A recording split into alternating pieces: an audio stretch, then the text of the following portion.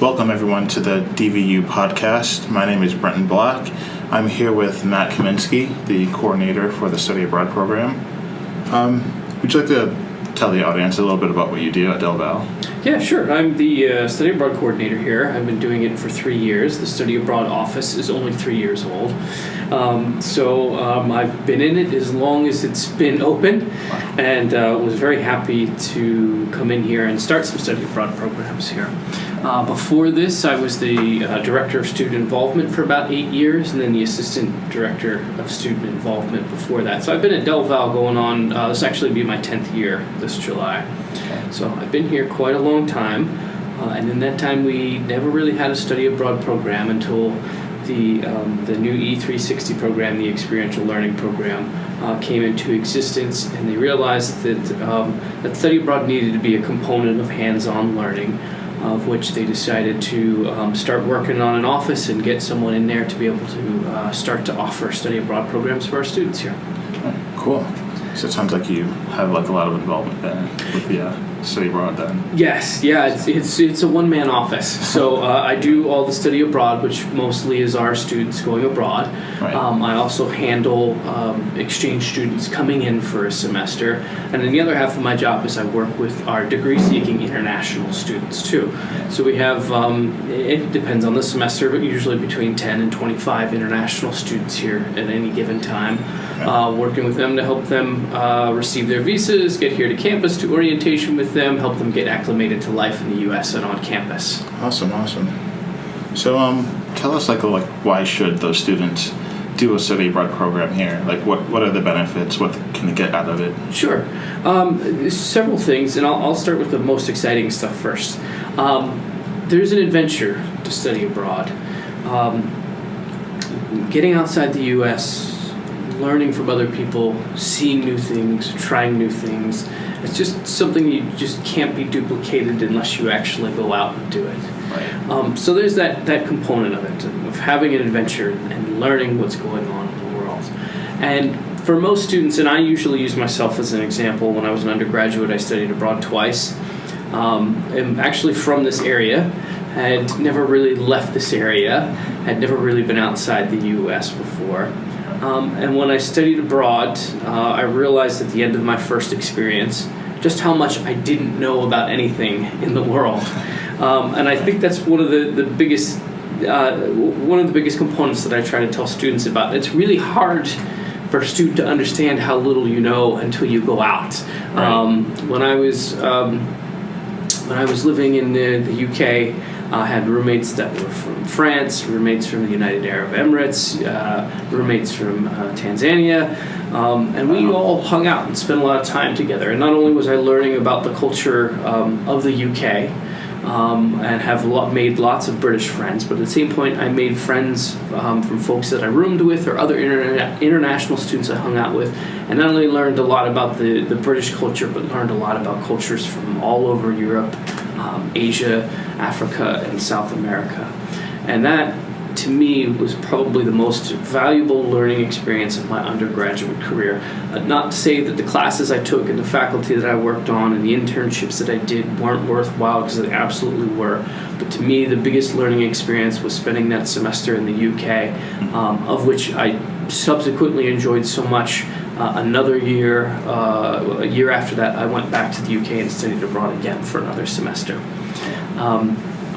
But we have, here at DelVal, we have lots of semester programs.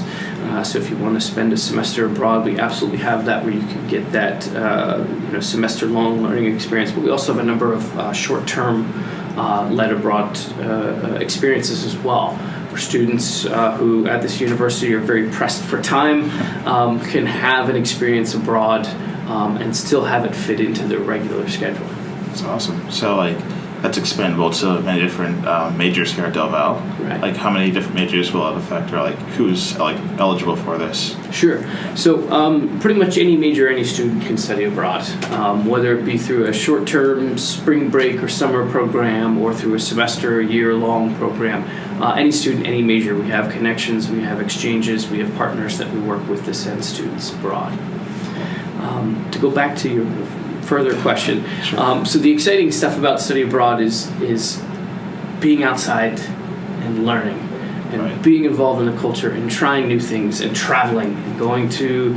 I mean, when I was 19, 20 years old, we had a spring break for 2 weeks, and I went to Italy. And never been to Italy before, and I went with a couple of American guys, and we had the experience of a lifetime. We were extremely broke, and we stayed in some very cheap places. But the culmination of that spring break was the spring break was over Easter, and we were in Rome during Easter, and got to watch the Pope do the Stations of the Cross in front of the Colosseum.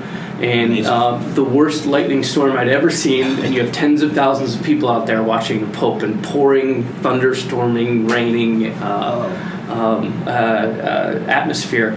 But it was just one of those things that you don't do sitting in your dorm room, playing video games or watching TV. Yeah, it's like a unique experience there. Right. Yeah. And the other part of this, and this part tends to be a little bit boring for students, but I actually think it's the most important part, is one, the breadth of intercultural development that you'll get, the ability to meet, learn from folks from all over the world and be able to work with them. Those are important components for the future of anyone's career. And I always tell students at the beginning of any presentation I do, no matter what career you are, and here at DelVal we have lots of different career areas, you're going to be competing with jobs from people all over the world, and going to be working with people from all over the world. Even if you are an accountant working in a very small firm in rural Pennsylvania, you are going to be competing for that job or working with people from all over the place. And it's super important that you get out and have those intercultural connections, learn how to work with folks from all over the place. Right. And then the other part is the amount of networking and connections that you can make. Right.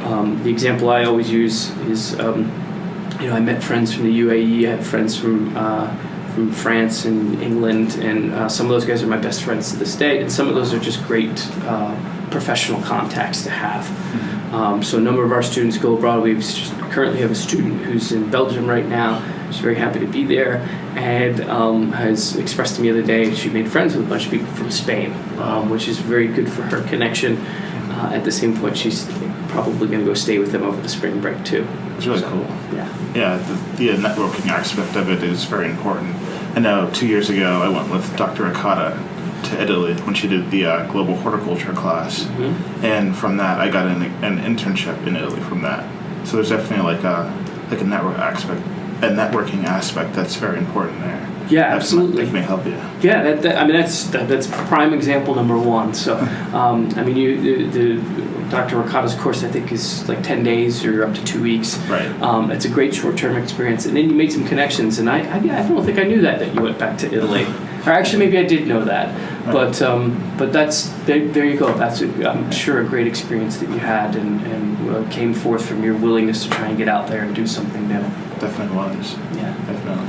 With traveling abroad, we have where exactly can you go? What countries are available to go into? Sure. From our semester exchanges, and these are direct exchanges where we have an agreement with a partner university. We only have a handful of those. The ones that we do have, we have a partnership at Hartbury College in England for equine science and management and animal science majors to spend a semester in the UK. For business students, we have a semester exchange at Ardvelda University in Ghent in Belgium. For counseling psychology students, we have an exchange at Radboud University in Nijmegen in the Netherlands.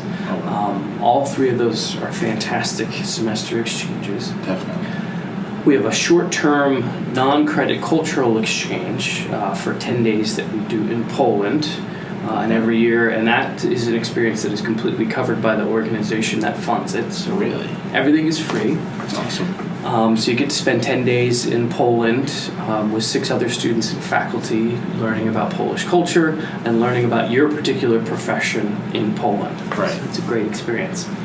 We have a number of short-term faculty-led courses, like the one you had with Dr. Ricotta in Global Field Studies, where you spent a couple weeks in Italy. Right. And we have a number of spring break courses that go abroad. We have tropical ecology that goes to Costa Rica.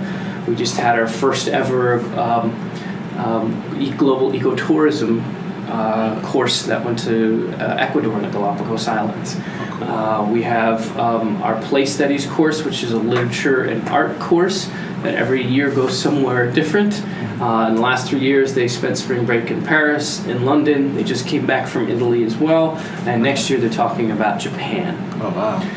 And we have a few other classes just like that, and for different majors. So we have all of those for those students who are interested in those, but additionally, we work with a number of outside study abroad organizations that we've sent students to the last few years, where virtually we can send you anywhere in the world that you want to go. That's cool. We have a lot of students that want to go to Europe and the UK, so we send a lot of students to places like Ireland and London, and we have a lot of students interested in going to Australia, so we have a number of connections to those partner organizations. You could spend a semester or a year in Australia or New Zealand if you're interested in that. Awesome. If you want to go to Asia, lots of opportunities to go to China, Thailand, lots of opportunities in Africa and South America as well. Really? Yeah. It's amazing. Yeah. So, like, how, like, expensive is the scholarship opportunities for that? For, like, the study abroad programs? Like, what do we offer? Like, what can we apply for? Sure, yeah. So study abroad is one of those things where doing something is always more expensive than not doing something. However, there's so many programs out there that we have the ability to send you through. And some, like if you spend a semester in the UK or you spend a semester in Europe or Australia, it's going to be a bit more expensive, especially cost of flights and cost of living. Right. But there are some experiences. There's some programs in Chile that we have an opportunity to send students to. There's programs in Southeast Asia where you can go and it costs half as much as it does a semester here. Really? So it really depends on the program that you want. And if you're price conscious, then there's a number of places in Africa, South America, and Southeast Asia that we could send you to that would you would actually be saving money as opposed to a semester here. Wow. And a lot of the cost depends on which program you go. If it's one of our direct exchanges, as I was mentioning before, the cost is really the same as you would pay here for a semester at DelVal. And then you have to tack on the cost of the flight, maybe $100 or $200 for the cost of the visa. And then, cost of living, whatever you want to do while you're there. Most of these experiences have a week or two off where you can travel. So if you want to do that, you would get some extra funds to be able to do it. It's awesome. Sounds like we have like something it's like really offerable for students. They Yeah. can, like, really get a lot out of that. Yeah. And some of these are definitely more expensive, and some of these are definitely not more expensive. Right. And if you're opening up to going to a non-traditional site, you can really save yourself a lot of money. And in my opinion, I'm always trying to push students to push them out of their comfort zone and go to Africa, go to South America, go to Southeast Asia. That's where things are happening. Right. It's not to say that things aren't happening in Europe and Australia. It's great places to go. But in the developing parts of the world is where the most fascinating things are happening. And if you really want to learn how humanity works, those are the places that you want to go to. Yeah, definitely. Yeah. Like with pushing people out of their comfort zones, obviously a lot of people have struggle with that. They say, go to Africa, go to Southeast Asia, and they're thinking, well, that's far removed from America. So how can students prepare for going to those countries and studying abroad there? Yeah, it's a great question. We spend time before we send students preparing them. We have what we call our mandatory pre-departure orientations, where students come in. We give them a lot of information about what they need to have successful, fun, and healthy experiences abroad. So we do a lot of that. And those places that we just mentioned, we work with some partner organizations. And we send students to those organizations, to those places, who have been sending students there for decades now. Right. And they have wonderful orientations from the second you hit the ground to the second you leave. You have an orientation about life and culture there. You get to the university, you have orientation about university and academic life. Where's the library? Where do I eat? Where's my residence hall? What activities are there? And then they usually have staff on the ground 24 hours a day available to support you. And all of these locations I mentioned too, they are predominantly English speaking. So, Okay. I mean, the cultures aren't predominantly English speaking, but the experience is. So you can take a full load of classes or courses in English, so no secondary language is required. They'll have these places you can go to. They can get you anywhere into entry-level foreign language classes. So if you went to Chile and wanted to learn Spanish, you can take beginner Spanish, or you could take it up through intermediate. And then the same thing in places like China. If you want to go spend a semester in China, you can take all English classes there and then actually take a class to learn Mandarin if you've ever been interested in doing that. And I highly, highly recommend that students pick up at least some aspects of a second language if at all possible. Really, really super helpful to you in your future career. Definitely is. It's going to help a lot with like getting around, talking to people who aren't who don't speak English for their first language. Yes. Definitely. Yeah. So with studying abroad, like what challenges can you expect students to come across? Sure. In the learning experience, as I've been taught and as I practice and preach, that challenges are really the way you learn. And the best way to learn is to be in a situation that makes you uncomfortable, which is study abroad.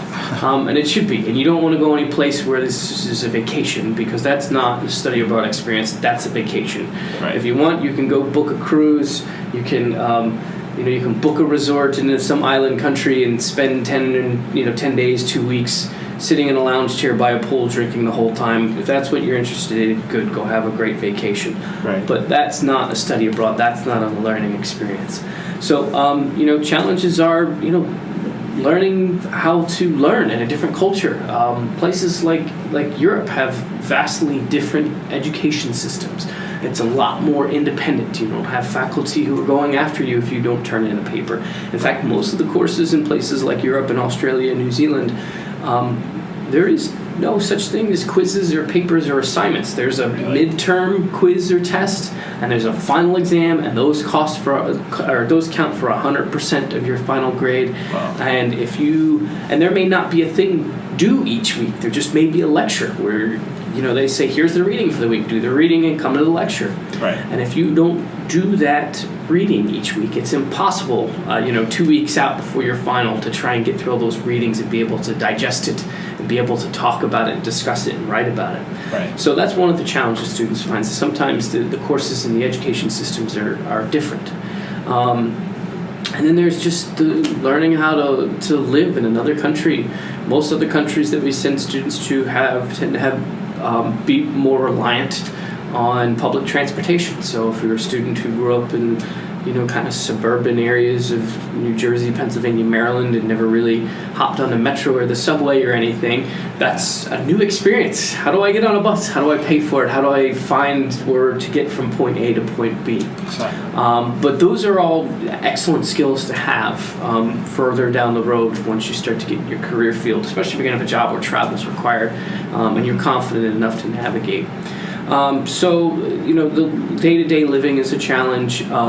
Getting there, making friends, and really overcoming culture shock is probably the toughest challenge to study abroad. Definitely. Those first week or two, up to 2 or 3 weeks, can be very challenging. Your brain is learning lots of new things, Right. and it's really challenging all those beliefs, things that you knew before. And it takes time for your brain to acclimate to all of this new learning. Right. And in that, you can spend the first couple of weeks very homesick, early signs of depression. You're in a different time zone, so you're not necessarily hungry when you're normally hungry, Right. or when you're supposed to be eating. And you tack on that with the time change and jet lag, and those things can affect you for the first couple of weeks. And I was personally attest to that. My first time in the UK, rough first 2 weeks, without a doubt. Okay. But by the end of the experience, I did not want to leave. I wanted to stay, and I enjoyed it so much I went back and did it again. Wow. Almost did it a third time too, but my university told me it's time for you to leave, to graduate and leave. But I've become a subsequent traveler since. So the culture shock is one of those things that is a challenge in the first couple of weeks. But if you learn about it, which we talk about in our pre-departure orientations, you learn about the symptoms, you learn how it affects you, and it's really not that big of a problem. Right. And most people will tell you those students who are affected by culture shock the most, once they can get over it, those are the ones who actually never want to leave. Exactly, yeah. It could be like very addicting. You start to get like a feeling of homeliness from like where you are. Yeah. I know when I internshiped in Italy, that's like what I got. Like the people I was interning with, they like became like very close friends. Like the house that we were staying in was like felt like home to me.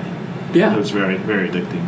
Yeah, the tail end of culture shock is when you return back home, you realize that you're now, that what you've just been in is now a part of your culture.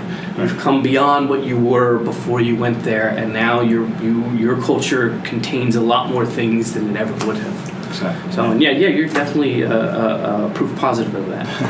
Absolutely. And how long were you in Italy for, remind me? 3 months. So 3 that months. was Great. that was last summer from June 1st until August 31st. All right. So it was 3 months there. Yeah, I feel like I should be interviewing you, actually, because I think, I do this all day long, and I'm near 40 now, and when I get up and talk to students, it's hard for them to relate to me about this. But you are the best person to talk to students about, because here you are, a student who had the same experience we've just been talking about for the last 10 minutes, and how it's affected you and what you've learned from it. Definitely a lot of the things you said with like culture shock. I went through that, and it was tough the first 3 weeks. It definitely was. Right. It's like get used to that. Toughest thing about that was just like the language was different. Like going there, I like knew little to no Italian, so it was difficult to get around. I was there by myself. I traveled by myself, so there's like I had to like very quickly adapt to like what those like the differences were. But like once I got it down, it was cake. It was easy. Yeah, so, and it becomes that way. And like when you're going abroad, how do I get from the airport to where I'm supposed to be? And that stuff consumes you. And then once you figure it out, I mean, you get to my age. I've traveled not all over the world, but I travel as much as humanly possible. And I go to places. I was just in Amsterdam in November. I didn't know what the public transportation was. I just knew that it was good, and got off the train and looked it up and got on and got to the hotel and did everything that I wanted to do for that trip. Exactly. Yeah. It's cool. It's a good experience to have. So, how many students does DelVal actually send abroad? So this is going to be a big year for us. When I first started, we maybe sent 20 or 30 students abroad, and we signed on to an initiative called Generation Study Abroad, which is a national-wide effort to double the amount of students who study abroad from 10% currently to 20%. Wow. So this year we are on goal to exceed that 20%, because when we started it was actually at 10%, and we are up to about 100 students. I'm hoping by the end of this summer term, which would be a very, very good number for us. I'd be very happy with that. I feel like we are in a good spot. Not that we don't want to continue forward. I would like to see ultimately somewhere between 200 and 250 students a year go abroad. But in 3 years, for us to have 100 students this year go abroad would be a good number for us. Definitely. That'd be great. Yeah. And so, how many does DelVal accept foreign students into its programs? We do. So that's the other half of my job, which is working with, and there's two types of foreign students. There's exchange students, so they're here for just a semester, like we send our students abroad for a semester. Okay. Need all the same type of support, but ultimately only here for 1 semester. Okay. And then we have degree-seeking international students. So they're here for... they're either coming in as a brand new freshman for 4 years or transferring here for 2 years to complete a degree. And we have a number of those students on campus. And just as much as it was a learning experience for you and I to go abroad, they're here doing the same thing. They might not have been to the U.S. before. This is their first experience. They have no idea what life is like at DelVal, what life is like outside of Philadelphia. So they're just as nervous, and they need just as much as help and support before they come and when they get here, to help acclimate them and to help have them the best experience possible. Definitely. It's amazing. So I think that about wraps it up. Okay. At least my questions. Do you have anything else to add to it? Yeah, I would say certainly students as yourself should be talk about your experience as much as possible. That really gets other people excited. And I know this is a digital hearing media only, but I can see the excitement in your eyes when you talk about the Italy program. Definitely. And I hope that's kind of the same thing I give off. And as I mentioned before, it's really hard. My job is to get students interested in this. And there's always a group of students who are always going to say, yes, I want to study abroad, I want to do this. And those students are easy to work with, and they know where they want to go, and we work with them.